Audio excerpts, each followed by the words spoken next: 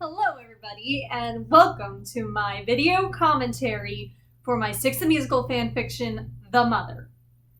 Now, in case you guys haven't read it, I will be posting the link in the description and in the comment section, so I would suggest that you either read up on it before you come here, or I guess since this is a commentary, you can read along with it as I discuss various elements of my fanfiction.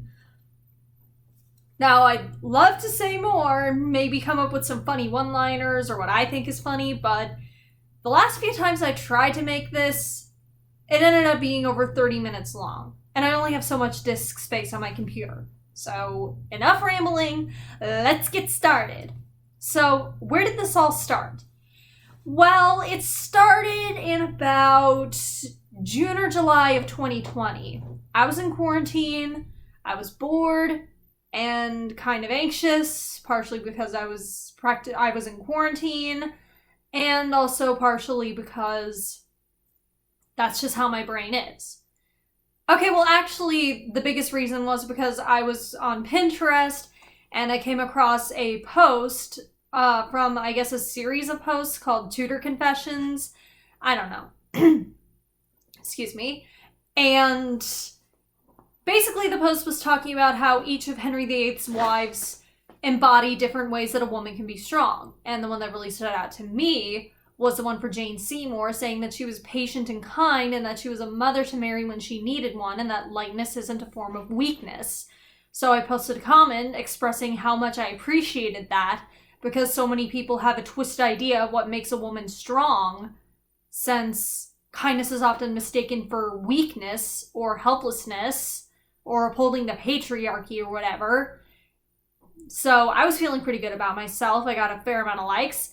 Then one day I checked my phone and somebody responded to my comment saying that's not what she was like at all, and that she neglected Elizabeth, who was only 3 or 4 years old at the time. So then my brain went on a downward spiral, worrying if I was a bad person for liking a bad person. Part of me wanted to deny it, but then I thought, would that be irresponsible of me to deny this? So eventually I had to tell myself to slow down, and I took a few steps back and thought, maybe that's not how it really happened. These people couldn't have been there to know it, so maybe it was more the case where she just didn't know how to be a mother to Elizabeth because she was very, very young, and maybe because she was still dealing with the guilt over Anne Boleyn's death, which was not her fault, by the way, but that's a discussion for another time. So, anyways, thus an idea was born. Partially inspired by the Tudor Von Arts animatic, it started with just an idea in my journal where Jane's in her last month of pregnancy, it's middle of the night, she can't sleep, so she decides to take a walk through the halls of the palace, and as she's doing so, she realizes that Elizabeth is very upset, and she's faced with a choice, either to comfort the child and risk potentially getting in trouble with her husband, who had warned her not to spoil Elizabeth too much, or save herself from her husband's potential wrath and leave the child alone. And thus, a story was born. Now, in order to keep this from getting too long, I broke each chapter down into a series of goals for what I wanted to talk about. So, basically what I wanted to do in chapter 1 was kind of explain how things may have gone and allow Jane to reconnect with Elizabeth while also getting a little bit into her perspective. So I kind of framed it where she was comforting Elizabeth, who was still grieving over her mother, and I revealed that Jane was still grieving, which I think she was, because some accounts say that she felt tremendous guilt over Anne's death, and to a point where she said she felt like the executioner, especially because someone informed me that they were friends. Maybe not close friends, but friends nonetheless. So basically it's sort of about her bonding with Elizabeth over the fact that although they both still miss Anne, it won't be long before they see her again. And ultimately, Jane realizes that she screwed up ultimately Jane realizes that she screwed up, and she tells herself, okay, you're faced with a choice. You can either dwell on it or you can make things right. And so she ultimately apologizes to Elizabeth for not necessarily being the mother that she needed her to be. And from that point on, she decides she wants to set things right. And I had a little bit of this in chapter 1 where she was interacting with Elizabeth. And the funny thing is I was originally going to end it at chapter 1, but eventually I just got so many more ideas that I decided I had to continue this story. And then that's what brought me to chapter 2, which this one, it was originally going to be a combination of chapters 2 and 3, but I noticed it was starting to get really long, so I decided to break them up into 2 chapters. So in this chapter, I kind of wanted to follow up from chapter 1 and still have Jane, follow up on her promise to do better, to be there for Elizabeth, but I also wanted to focus a little bit on on Jane's relationship with Mary, because I'd heard that she brought Mary to court and their relationship was actually very close. And I also wanted to get a little bit more into how Mary felt about this whole thing, because, obviously, because with Six the Musical, we obviously got some insight into the queens, but there's obviously, since this is about them, we don't really get much involving the children, and I would honestly love to see someone do that, besides RDE, because, those are nice, but let's just say she and I hold 2 very different views on Mary.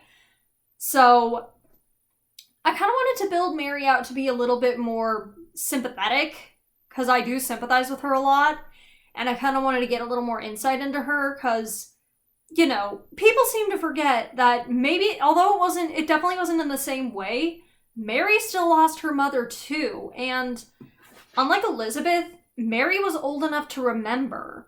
Not saying that what Elizabeth went through was any less traumatic. Lord no, I'm not saying that.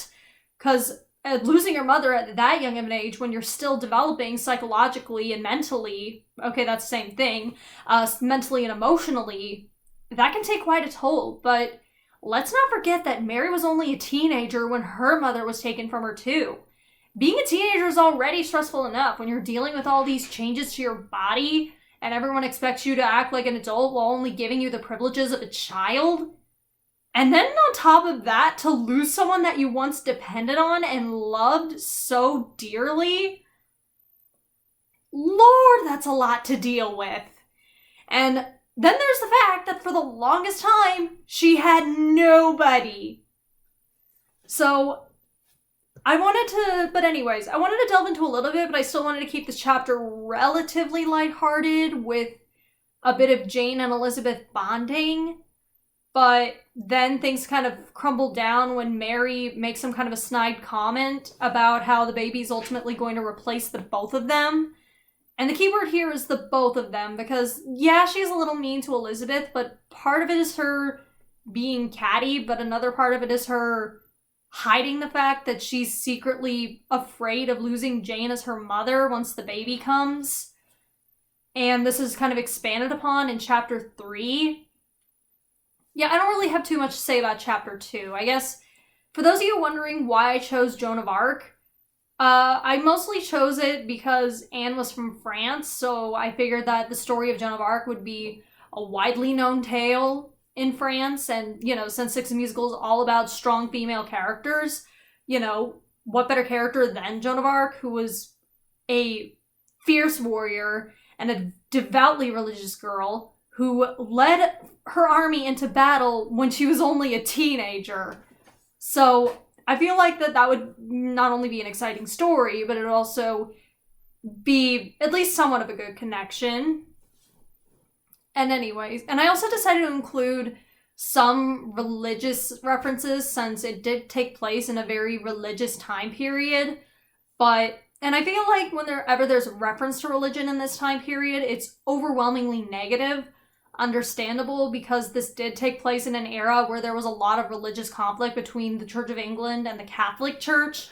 But at the same time, a lot of people tend to ignore all of the good stuff that religion could bring and the good stuff that it can bring nowadays, which I kind of expanded on in chapter 3, but I'll get into that in a little bit. So, kind of the goal of chapter 3 was to follow up on where we left off with Mary and kind of have her interacting with Jane and Elizabeth more, have her in a situation where she kind of has to step out of her comfort zone, act more like the adult in this situation. I mean, I know she was 20, which is technically an adult, but young adult. And a lot of young adults don't quite have the grasp of adulthood yet, and I should know because I'm 23. So, anyways, that's one part of her, is stepping up to kind of be the adult in the situation, trying to keep Jane calm, when normally it would be Jane comforting her. And then another part of her kind of stepping up to be the big sister that Elizabeth needs, ultimately coming to her senses that, okay, she's kind of annoying, she's kind of a pain, but she lost her mother too. She needs someone to depend on. And if Dad's not going to do that, then I am. So there's that. And I also wanted to again, focus on Jane, because this is the big chapter, as you can probably tell. Because I kind of wanted to expand on some of the historical information that I was given, because I did know that her labor lasted for 3 days, but that was kind of the hardest part of the chapter, is, one, because her labor lasted 3 days, I had to find a way to fill in time in the chapter without it being too boring or tedious, because just 3 days of her waiting for the baby to come, that would be boring. Like, even with the excitement and drama of witnessing labor, you know, action and drama can get boring if it's the same thing over and over again for long periods of time. And second of all, my brain, as it did in many parts of the story as I was writing it, went into overdrive, because I was like, okay, so it said that her labor lasted for 3 days, but when a lot of people think of labor, they think of the transition or the pushing stage, which is when the contractions start getting closer together and the woman is dilated about 8 to 10 centimeters. But there are actually 3 stages of labor, and there's 3 different sub-stages in the first stage of labor. The first stage is when the cervix kind of starts to dilate or thin. And there's the early stage, which is when it's just starting and the contractions are just starting to come more regularly. And then there's the active stage, which is when the cervix dilates, I think, about 5 to 7 centimeters. And that's when the contractions start getting even closer together. So I kind of started thinking, you know, again, she was in labor for 3 days, but what stage? And it was kind of hard to convey that, because labor back in the day wasn't measured by how far the cervix had dilated. Midwives were often just taught to look for the birth, which your guess is as good as mine. Some people suspect it might be the amniotic sac or the baby's head. I don't know. And even then, you know, it's based on a book. I don't remember what it was called, but people debate the accuracy of that book because it was written by a man. And back then, men were not allowed to participate in the birthing process, because any man, aside from a woman's husband, was forbidden from touching her or seeing her naked. But anyways, moving on. So, in order to fill in that time, I decided to kind of expand on what Jane may have been thinking as far as her doubts and fears. So, you know, what was she thinking? You know, because in this day, pretty much anything can go wrong. And the fact that infant mortality, or how many babies died, was relatively high, I can imagine that being a big fear for her. And then there was childbed fever, the postpartum hemorrhages, that sort of stuff. And I also kind of wanted to, and then there was the fact that she still held on to the guilt and the grief of her friends not being there with her, all of which I kind of covered in her interactions with my midwife character, Grace, and her assistant, Joan. So, yeah, I kind of decided to go with that. And finally, after paragraphs upon paragraphs, I was able to write what I thought was the most exciting part of the chapter, which is when she finally has the baby. And things are pretty chaotic, especially the part when Mary freaks out so bad that she passes out. Whether or not that actually happened is debatable, but anyways, then the ultimate fear happens when the midwife discovers that the baby is breech, because people suspect that's why her labor lasted for so long.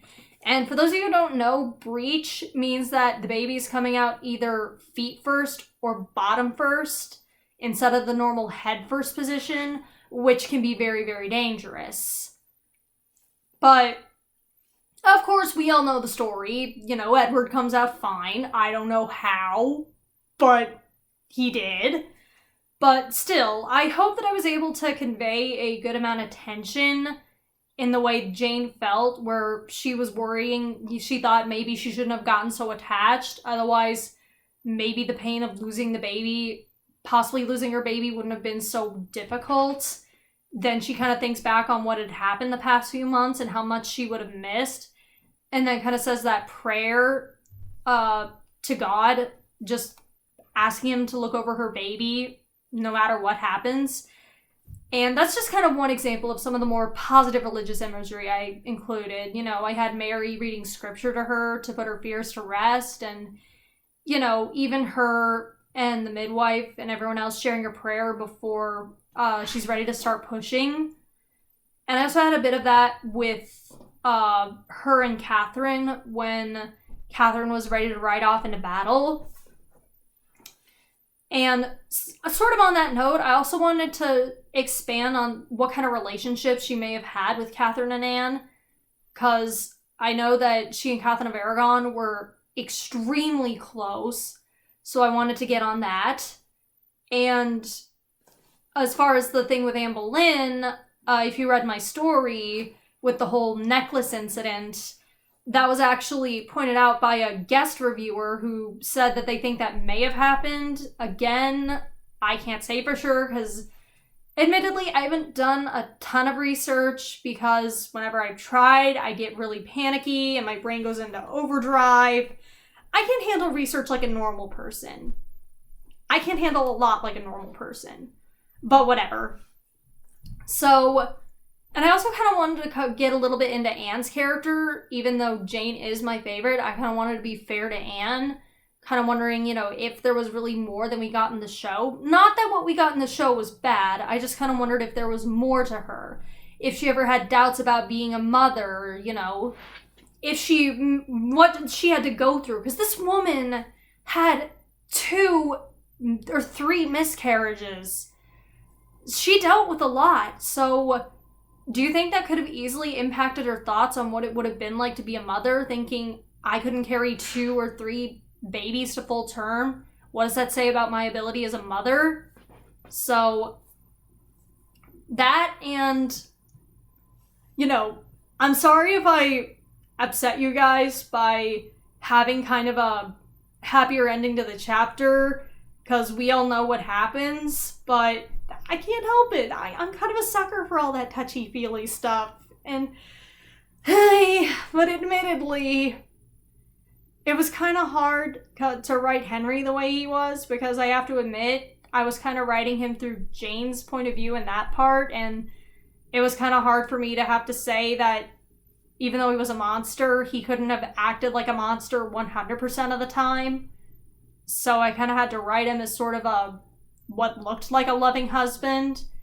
And I kid you not, after writing some of Henry's dialogue, I wanted to say, and now I need to go bathe my hands in bleach. But of course I didn't actually do that because I'm not an idiot. So, anyways, now let's move on to chapter 4, which I kind of presented as sort of another calm before the storm.